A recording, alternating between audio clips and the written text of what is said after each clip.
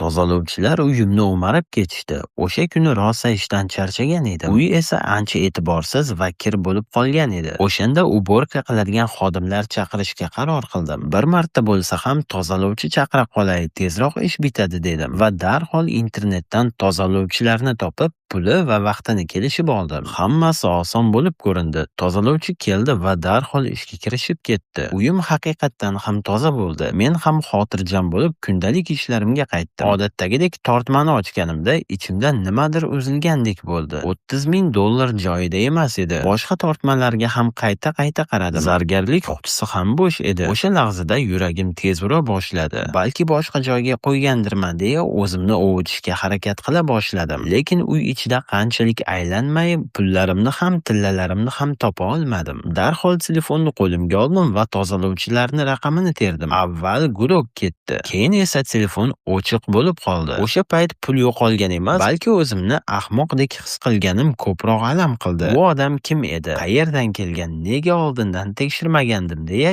ichimni yeya boshladim. Eng og'riqlisi shuki, javob beradigan hech kim yo'q edi. Shikoyat qiladigan joy yo'q, kafolat ham yo'q. Faqatgina afsuslanib qolaverdim. Agar siz ham men qilgan xatoni, ya'ni notanish odamni uyingizga tozalattirish maqsadida kiritib, pul va qimmatbaho buyumlaringizdan ajralib qolishni xohlamasangiz, Profi24 ilovasi orqali sinovdan o'tgan va ishonchli tozalovchilarni uyingizga yollang.